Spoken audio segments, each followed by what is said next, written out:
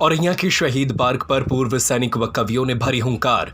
भारत के ऑपरेशन सिंदूर में पाकिस्तान के 9 आतंकी ठिकानों पर मिसाइल से नस्तोनाबूद करने के बाद पूर्व सैनिकों और कवियों ने सेना का हौसला बढ़ाने के एक कार्यक्रम का आयोजन किया। इस आयोजन में पूर्व सैनिकों ने सेना के हौसला बढ़ाने के लिए हमेशा कदम से कदम मिलाकर चलने की बात कही। वहीं कवियों ने अपनी वीर रस की कविताओं के साथ जोश भरने का काम किया।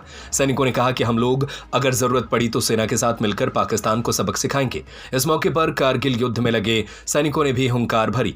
इसी के साथ साथ हिंदुस्तान जिंदाबाद, पाकिस्तान मुर्दाबाद के भी नारे लगे। ये हमारी शुरुआत है, जैसा हमारे शुक्ला साहब ने बताया है कि बहुत सही तरीके से किया स्टार्ट। सबसे पहले हमने मिर्ची पे आक्रमण नहीं किया है। जो वहाँ से जहाँ से ये तैयार होके आते थे उग्रवादी, उन जगह पर और उनकी ख़त्म करने के लिए पहले 9 जगह जो आक्रमण किया था वो किया है। अब हमारे पूरे देश में फैला रहे, जहाँ जहाँ हमको ज़रूरत पड़ रही है, यहाँ से लाहौर तक वहाँ हमारे आक्रमण हो रहे हैं। और ये शुरुआत है, ये कोई बड़ा आक्रमण नहीं है, ये शुरुआत है।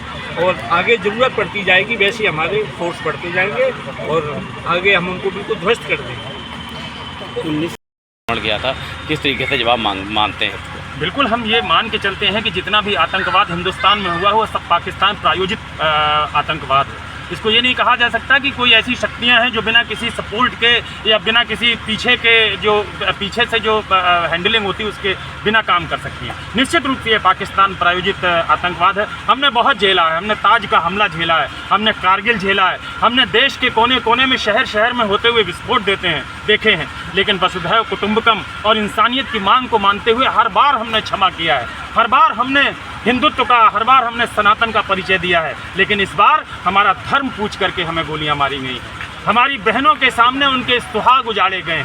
अब हमारे धैर्य की पराकाष्ठा हो चुकी थी। पूरा देश चाह रहा था कि अब पाकिस्तान पर ऐसा हमला हो कि आने वाली सदियां याद रखें कि किसी देश ने उन पर हमला किया था। और मैं आभारी हूं, हमारे बहुत सारे पूर्व सैनिक यहाँ बैठे हुए हैं, इन सब का ये मन था कि अब एक ऐसा हमला होना चाहिए कि पाकिस्तान उनको सदा याद रखे। कर्नल साहब हमारे आज के कार्यक्रम के अध्यक्ष महोदय हैं, भारत प्रेरणा के मंच के महासचिव अविनाश अग्निहोत्री जी पूर्व सैनिक हैं, हमारे वीर कवि यहाँ बैठे हैं, वीरता के गोविंद द्विवेदी जी, गोपाल पांडे जी, निर्मल पांडे जी। क्या लगता है आपको सिंदूर ऑपरेशन सबसे सफल ऑपरेशन लग रहा है? सिंदूर ऑपरेशन की निटिंग इतनी बढ़िया हुई है, जिसको कहते हैं ना क्रोशिया से जैसे कोई फूल टाका जाता है। मोदी जी की सबसे बड़ी क्षमता, हमारी जो इस समय राष्ट्रीय सर्वोच्च सत्ता है उसकी क्षमता, चाहे वो रक्षा मंत्री हों, गृह मंत्री हों, राष्ट्रीय सुरक्षा सलाहकार आदरणीय डोभाल साहब हों, इन सब के अंदर वो क्षमताएं हैं कि इन्होंने ऐसा फूल टाका। लोग पूछने लगे थे, ये जो वामी लेफ्टिस्ट लोग हैं, ये जो तमाम विरोधी लोग हैं कि इतने दिन हो गए कुछ नहीं किया। 12 दिन में यही तैयारी हुई है।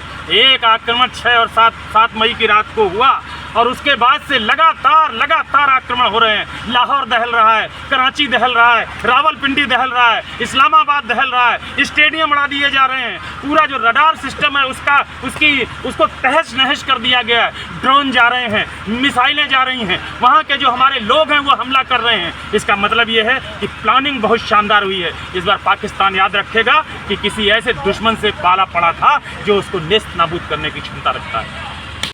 इसका जवाब 7 तारीख को मिला है, किस तरीके से आप देखते हैं पाकिस्तान को? निश्चित रूप से हमारी बहन बेटियों का जिस तरीके से सिंदूर पाकिस्तानी परस्त आतंकवादियों ने पहुंचा था उनके पतियों की हत्या करके, उसी सापेक्ष ऑपरेशन सिंदूर नाम देके आज वही सिंदूर पाकिस्तान में आतंकवादियों का पाकिस्तान का काल बन के कहर ढा रहा है।